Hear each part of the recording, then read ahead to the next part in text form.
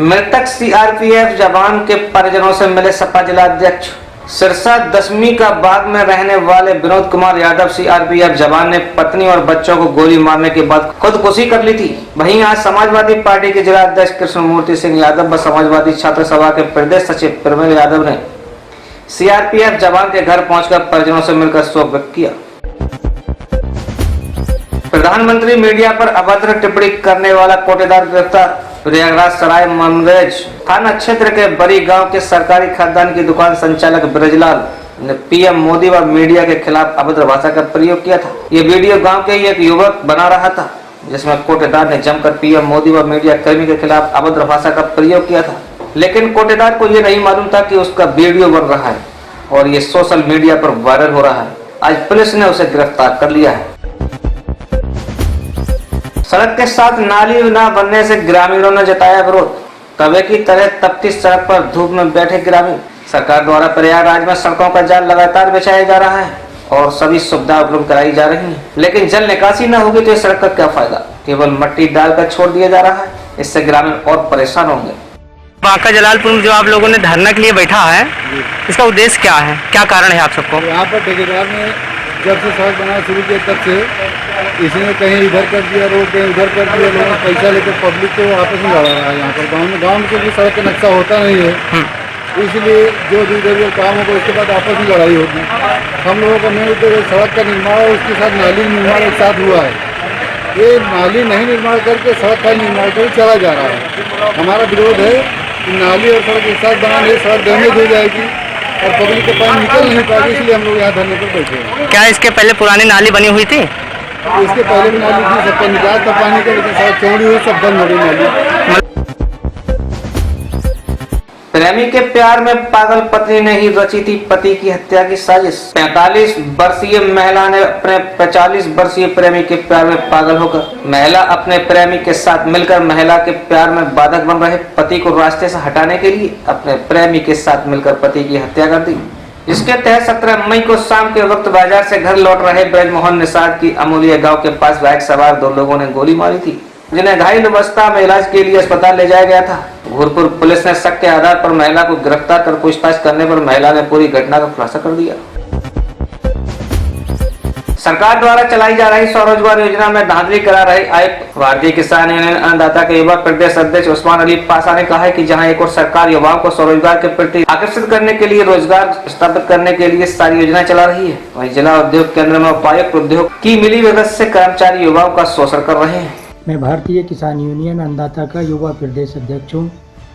मैं आपका ध्यान आकर्षित कराना चाहता हूँ कि हमारे देश के प्रधानमंत्री श्रीमान नरेंद्र मोदी जी ने और वित्त मंत्री निर्मला सीतारमण जी ने कई बार कहा है कि युवाओं को रोजगार स्थापित कराए जाएंगे। उनको बहुत सारी योजनाएं चलाई गई हैं, लेकिन हमारे ज़िले के जो जिला उद्योग केंद्र है उसके जो बड़े अधिकारी हैं, जिनको उपायुक्त उद्योग कहा जाता है, GMDIC, वो और उनके कार्यालय के कर्मचारी युवाओं को रोजगार से वंचित रखना चाहते हैं, क्योंकि बहुत सारी फाइलें यहाँ पर लोग आवेदन करते हैं जो अज्ञानतावश कुछ गलत फिल कर दिया जाता है, जिनकी फाइलें अगर रिजेक्ट हो जाती हैं तो यहाँ पर उनकी फाइलें पोर्टल पर से हटाने के यहाँ के कर्मचारी पैसे लेते हैं। अगर कोई पैसे देने से इनकार करता है तो ये लोग उसकी फाइलें नहीं हटाते।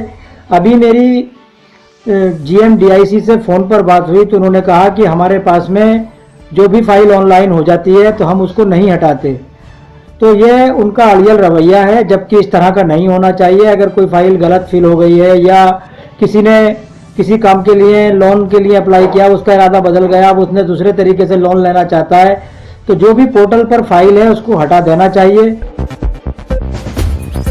आज उत्तराखंड के बाजपुर में एडवोकेट समाज सेवी सूरज कुमार सागर ने एक पत्र मुख्यमंत्री को लिखा है, जिसमें सूरज सागर ने कहा है कि प्रदेश के पत्रकारों को कोरोना योद्धा घोषित करें और जब तक लॉकडाउन है तब तक सभी पत्रकारों को 10,000 रुपए प्रति महीना की आर्थिक सहायता दी जाए। श्री सागर ने मांग तो सही की है, पर क्या सरकार इस पर गौर करेगी?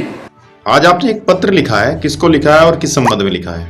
आज माननीय मुख्यमंत्री जी को, उत्तराखंड सरकार को पत्र लिखकर जो प्रदेश भर के हमारे पत्रकार हैं टीवी चैनल के पत्रकार हैं, उनके लिए आर्थिक सहायता दिए जाने के लिए मांग की है, क्योंकि वो इस जानलेवा संक्रमण में भी हमें सही और अच्छी सूचनाएं पहुंचा रहे हैं। इसलिए उनके आर्थिक सहायता दिए जाने के लिए माननीय मुख्यमंत्री जी को पत्र लिखा गया है आज। अच्छा, कितनी आर्थिक सहायता की आपने मांग की है?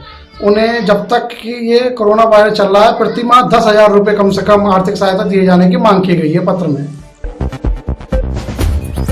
भारतीय कम्युनिस्ट पार्टी हरिद्वार की ओर से लंबा नगर मेमोरियल हॉल BHL धरने का आयोजन किया गया।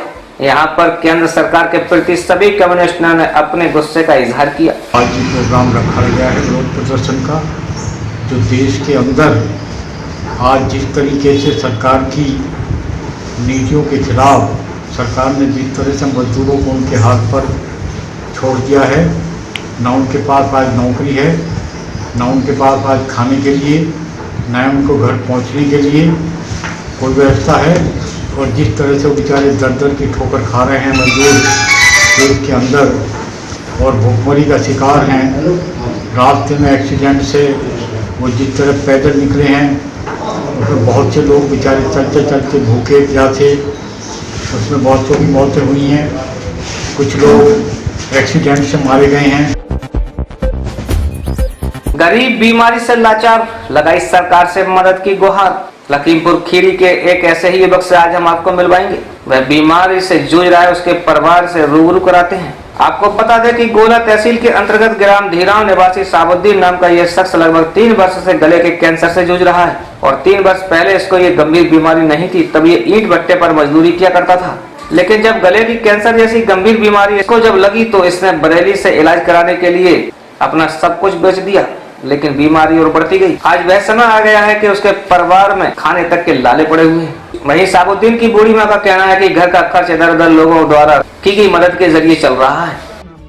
अदनान। बेटा, ये जो बीमार हैं ये आपके कौन है? अब्बू।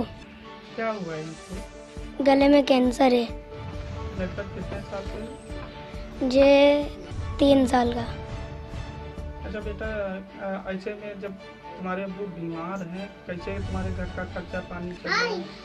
ऐसा ही चला जाए। अच्छा, इलाज कहाँ से बेटा चल रहा है? बरेली से। अच्छा बेटा, कोई जो है सरकारी पैसा ऐसा मिला आपको, सहायता मिली? नहीं। बेटा आप क्या चाहते हो? हमारे अब्बू ठीक हो जाए सरकार से हमारी अब्बू ठीक हो जाए, मदद करें, सब खर्चा पानी चले।